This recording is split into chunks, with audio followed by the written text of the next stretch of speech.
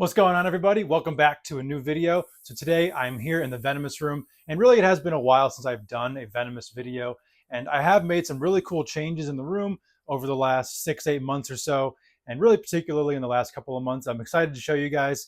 Obviously, you guys know how much I love my Venomous collection, particularly my rattlesnakes, and I've been doing a lot of cool cage upgrades, so I'm excited to show you guys some of the animals, show some of the progress that has been made here. All right, starting this video off here with a bang. One of my favorite things about raising these rattlesnakes is watching their growth and their progression.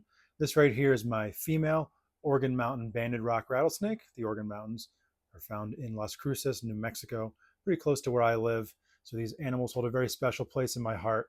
And this is a girl that I acquired as a baby and have raised up for the last couple of years. And she is kind of now about that subadult size where now she's in a larger enclosure. And I get to see her all the time like this, which I absolutely love. And obviously, once they get into these naturalistic setups, you see a lot more natural behaviors, and it really makes the experience of keeping them a whole heck of a lot more fun. So to me, that's kind of what this is all about, especially with the venomous snakes that I don't, physically interact with. Obviously, getting to see them interact with their environment kind of makes up for that lack of physical interaction that I get with the snakes. But really, that's what it's all about for me: setting up these beautiful enclosures and kind of watching the snakes do what they do. Here's one of my absolute favorites. This is, if I had to pick my favorite rattlesnakes, this guy might be number 2 on that list. Of course, this is my male Zacatecas locality banded rock rattlesnake. And another one I'm really happy to have in a bigger naturalistic enclosure. His green coloration is just absolutely out of this world.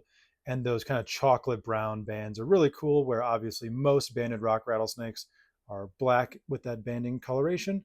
This guy has a really cool brown. So, I mean, as he continues to grow, he's just going to get even more and more stunning.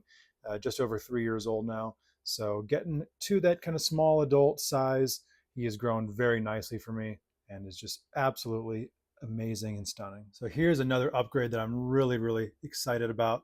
This is my pair of Querétaro dusky rattlesnakes, or Crotalus achilles. That has the female up there, the male down there. He has a really cool green coloration. And one thing that's really cool off the jump right here, of course, seeing this female climbing, sitting elevated like that. Most people, when they think about rattlesnakes, don't think of any sort of arboreal, semi-arboreal tendencies. And really, as is the case with almost any snake in captivity, maybe aside from, blood pythons or gaboon vipers, but even still, maybe in that case, most snakes will climb, will display arboreal behaviors if you give them the option.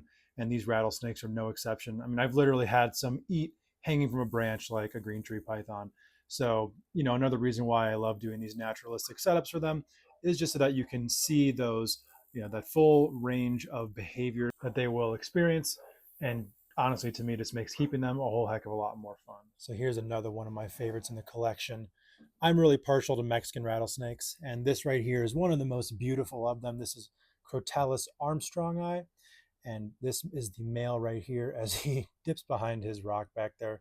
Just an absolutely gorgeous individual. You can see that yellow coloration as he disappears on us. But these guys are almost adult size, so by next summer they will be breeding. This is one that I'm extremely excited about. Here's another incredible locality of banded rock rattlesnake. These are the Alamo Hueco banded rock rattlesnakes, also from New Mexico. As you can see between the two of them, there's a huge sexual dimorphism between this pair. This male right here obviously has that really incredible green coloration that everyone loves to see on the colobri. You get this coloration primarily in males, even though it does sometimes exist in females. And then on the other end of the spectrum, you have this girl who is really overall very pink. Even the bands aren't even really that black. They're almost kind of like a really, really dark pink or purple color. And she's looking really thick and good right now. Hopefully a sign of good things to come of next year. Fingers crossed. And this guy is just absolutely incredible. I love that white edging around his bands. One aspect of the Alamo Hueco locality that's really special is that kind of outlining on the bands and the males in particular. And this girl is just equally as stunning. So one of my favorite colobri pairs in the collection, and particularly based on how different they look from one another. So here are two of the only non-rattlesnakes in the room. These are side-striped palm vipers, or Bothriechis lateralis, one of the less common pit viper species in the US, and really in the venomous market in general. These are two females right there. Male is chilling up in the corner. And I really, really love these guys. They are super unique Really cool pattern, and none of the side striping is too apparent right now. You can kind of see it a little bit. They're kind of mostly sitting on it, but that's where their namesake comes from. So these guys, and then the Marchi, the Honduran palm vipers, are the only non-rattlesnakes in this room currently. But with that said, I really absolutely love having them in the collection. They are super beautiful and obviously display really well all the time.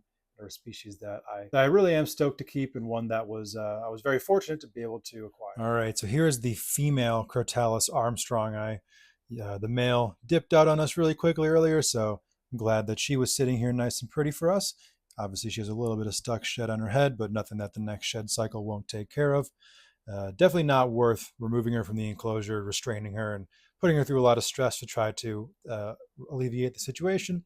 It would be a different thing if her eye cap was retained or something like that, but this is no concern at all. And I really like how different the two of them look. I like all this white flecking throughout her body. It's a really, really cool look. She's just overall a bit deeper coloration, a bit darker than the male. But I always like when my pairs look a little different from one another. So I'm not really just keeping the same snake twice exactly. And, really excited about them for next year. Like I was saying with the male, they're right at that age where they're ready for breeding. I could have pushed them this year, but that would have been a little bit excessive in my opinion. So I'm glad I waited, and come summertime, it'll be go time for these guys. These guys are super neat. These are the Chupadera locality banded rock rattlesnakes. I have a trio together in this enclosure right here. That is the male right there. Here are the two females. This girl is actually the first ever clobberi that I ever found in the wild, and I am really happy to still have her in the collection. Obviously, collected her legally with all of the required permits, and she was a baby, or really a yearling when I found her. These guys were at adult size when they were found as well, and they're doing really well. I really would hope to be able to get some production out of them at some point. I feel like they're taking a little longer to get into that flow, just considering that they are wild caught. But with that said, though, plenty of wild caught clobberi have produced many, many times over the years. So I have no doubt that it's coming within due time. Just got to kind of be patient. And in the meantime, I'm really enjoying having this multi-animal cohabit collision. Here's another one of my absolute favorites. That is the Mexican lancehead rattlesnake, or Crotalus polystictus. And my two bigger pairs got upgraded into these 40 gallons recently, which I'm very happy about. This is my big male right here. Really just one of the most beautiful rattlesnakes. That incredible webbed pattern is what they are most known for. There's really a few snakes that they really heavily resemble. Russell's viper is one of them, as well as the Bothrops, the lanceheads from South America. They are very much resemblant of those snakes. Obviously, they're smaller than most of the Bothrops, but that really cool kind of netted, reticulated, but kind of bubbly pattern as well. It's one of the coolest aspects of these snakes, and one of the reasons why they are some of my favorites. They also are, they're fast, they're athletic, they're confident. They make you stay on your toes a little bit more than some of the other rattlesnakes I work with, and they're just absolutely incredible at the end of the day. I can't do a video in here without giving an update on this girl. This is the very axanthic looking blacktail rattlesnake. She is very curious, as this species is really known for. In my opinion, blacktail rattlesnakes are the most curious snake species in general that I have ever worked with, that is venomous or non-venomous. They are just always really inquisitive about what is going around in their surroundings. Typically pretty well-mannered snakes as well. Obviously nothing that I'm going to handle, but I very much enjoy interacting with them in the limited capacity that I do. Her boyfriend is chilling back there, kind of figuring out what's going on. But especially under this lighting here, that amazing axanthic coloration is just absolutely stunning. This girl is extremely unique, maybe the most unique individual rattlesnake that I have in my collection, and one that I absolutely adore. I love having her around, and really hope one day I can get a litter out of her. No luck so far. Honestly, I have enough fun just keeping her and enjoying having her around. But with that said, having little axanthic blacktail babies would be just a dream come true. This is another one of those snakes that I just can't do a video in here without showing. Of course, this is my Del Nido Ridgenose rattlesnake, or Crotalus willardi amabilis. This is my favorite venomous snake species. This is actually my first ever venomous snake that I acquired, and he is still to this day my absolute favorite. The red coloration really isn't quite coming through in the video how it does in person, but this subspecies of ridge-nosed rattlesnake is just absolutely amazing, just mind-blowing. From the first moment I laid my eyes on this species, it was at the San Diego Zoo. I knew that I needed to have them in my life, and I was very fortunate to be able to acquire this guy right here. He is just absolutely stunning. Probably an animal that I'll never be able to pair up, but honestly, I'm not too upset about it. Just to be able to experience a snake like this is special enough, and it's the kind of experience that I will cherish forever in my herpetocultural life. Speaking of ridge-nosed rattlesnakes, here is the more common but definitely just as amazing subspecies that I also work with, that being Crotalus willardi silas. This girl right here is very nice. She's super orange. A difference between the amabilis and the silas is that coloration. Some of the nicest silas will get this really cool orange coloration to them. Definitely not quite the vibrant red of the amabilis, but still amazing nonetheless. And then obviously that eye striping difference is the main difference between the two, obviously aside from geography. The silas and then the obscurus, the New Mexico ridge-nosed rattlesnakes, will not have that top eye stripe, where the Arizona ridge-nose, the willardi, and then the two Mexican species, be that amabilis and meridionalis, will have that extra eye stripe. So amazing snakes right here. I had a litter of these guys this year for the first time. I was super excited about that. I showed off one of the babies in a previous video, and hopefully I am looking at another potential litter next year. So of course, it can't be a rattlesnake video without showing one of my absolute favorite types, and that is the San Luis Potosi rock rattlesnake. This is the species, locality, however you want to represent them, that I have the most of in my collection, and they are probably the most variable of all of the montane rattlesnakes. This is my favorite female right here. Her color is a little bit washed out on the video, but she is extremely, extremely red, and I was fortunate enough to pair her with my favorite male this year and get some copulation. So hopefully a litter is coming next year. Those babies would be absolutely stunning. Just that immense variability within the species is just second to none. The male, he's a really cool kind of powder blue individual.